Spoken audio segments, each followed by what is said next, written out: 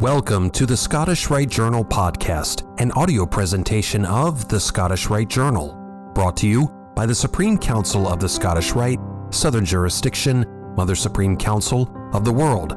This message brought to you from our Sovereign Grand Commander, Jim Cole, 33rd degree, is called Diamonds in the Trees and comes from the May-June 2025 issue of the Scottish Rite Journal.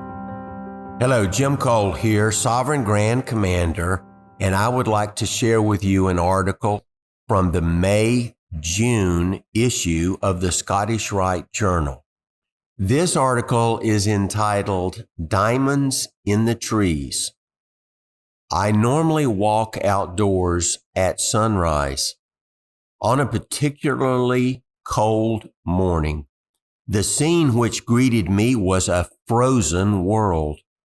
An ice storm had swept through the countryside the night before, and as the first rays of light peeped over the hillside, the trees and bushes looked as cold as I felt. The smaller branches on trees and shrubs were literally encased in ice. As I set out on my journey, I could see each of my exhaled breaths.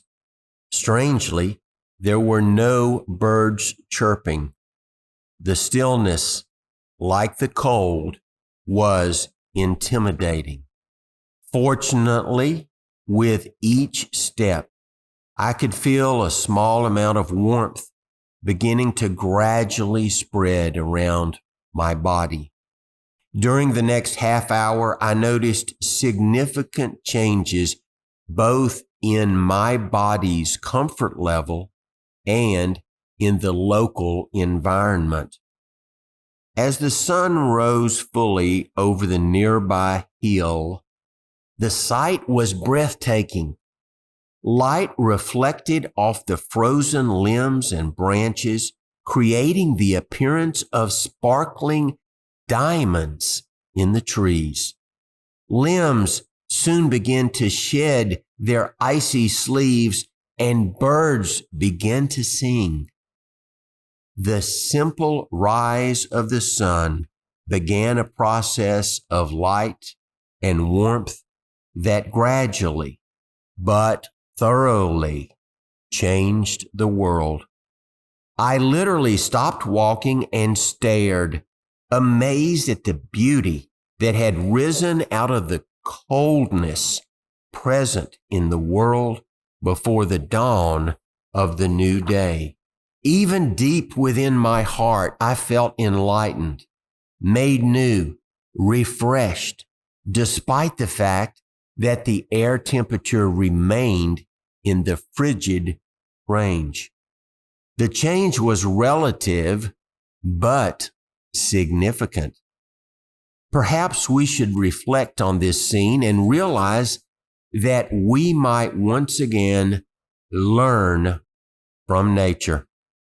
By the time this article is printed, distributed, and read, many of our readers in the Southern Jurisdiction will be enjoying very warm or even hot days. Perhaps the thought of ice-laden trees might actually be a refreshing change to their day. Often in life's journey, we find ourselves in cold environments. It could be during a disagreement with a close friend, spouse, or neighbor. An interaction with salespeople, customer service representatives, wait staff, or flight attendants might create a chill in our attitude.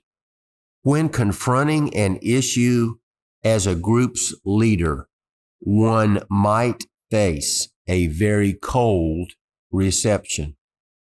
We could meet these challenges with a lesson learned from the ice storm. Perhaps if we applied more light on the subject and shared a little warm encouragement and patience, then we might melt some of the ice from our fellow human beings. Like birds, most humans will not feel very chirpy when the mood in the room is frigid. But like birds, once they hear another bird's song, they generally join in, and soon the cold silence evolves into warm chatter. The sun can teach us a valuable lesson. We must be patient in dealing with a cold attitude. It takes waiting a time with patience for the light and warmth to penetrate beyond what might be an icy exterior.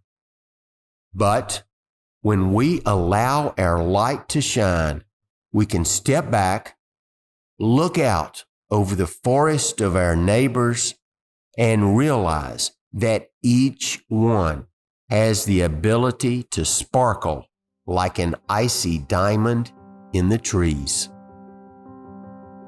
If you would like to hear more of the Grand Commander's message from the Scottish Rite Journal, like, share, and please leave a comment.